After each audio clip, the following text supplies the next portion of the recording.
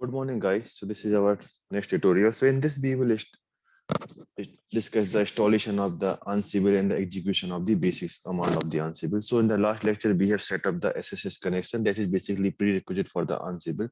So in the Ansible, you can connect with the multiple machines and you can execute the commands on the multiple servers using the one control machine. So SSH connection is a prerequisite for that. So after setup of the SSH connection, in this lecture, we will install the Ansible first, and then we will check the Ansible host file, their configuration, and some basic commands of the execution of the Ansible. So first start with the installation. We will go to the official website of the Ansible, that's docs.ansible.com.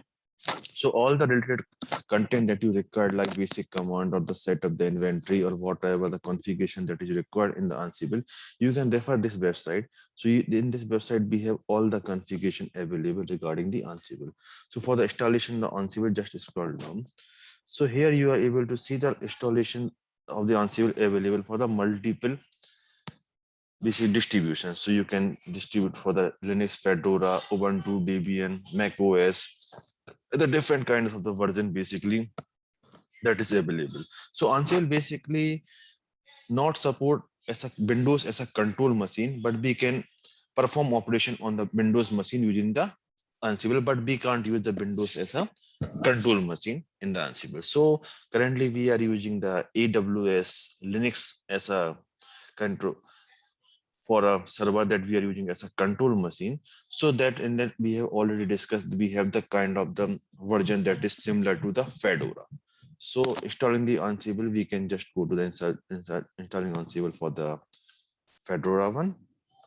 And the package manager, that is yum, that we have already aware, for that the Ansible is available. So first, just only we need to do the yum install Ansible is the command that we need to perform to install the Ansible.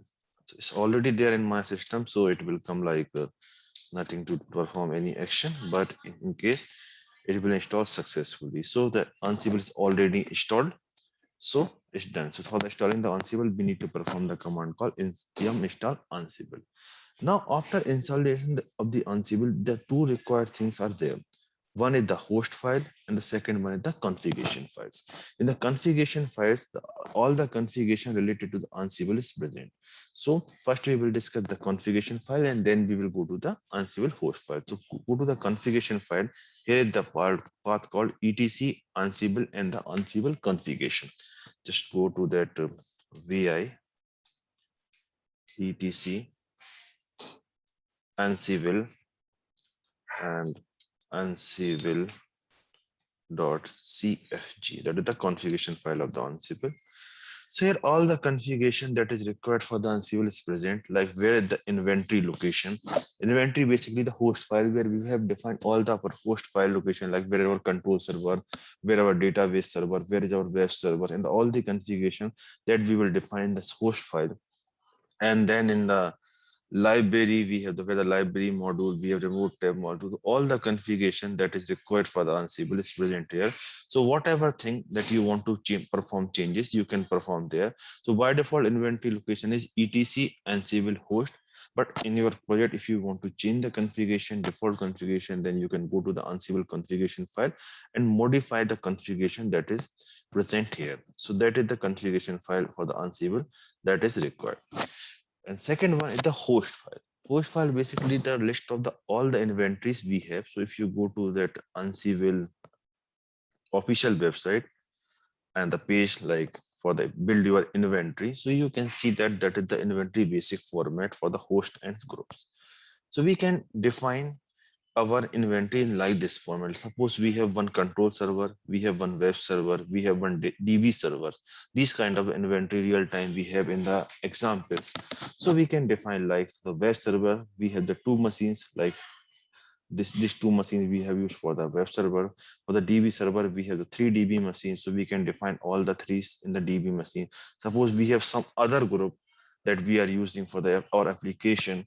So that machine also we can make a different group and define in the host machine. So all the host machine basically are the SSH configured. So once when you will perform the Ansible commands and define these types of the groups, then Ansible will select these machines only and perform the such commands on that particular machine. So that things we will discuss later. So basically the host file is used for the defining the configuration. So what all the configuration we have that we have to define in the Ansible host file. So by default host file is present on the etc, Ansible and host location. So just open that host file, that is the default one. Just close this one. I think it's disconnected. Just let me connect again.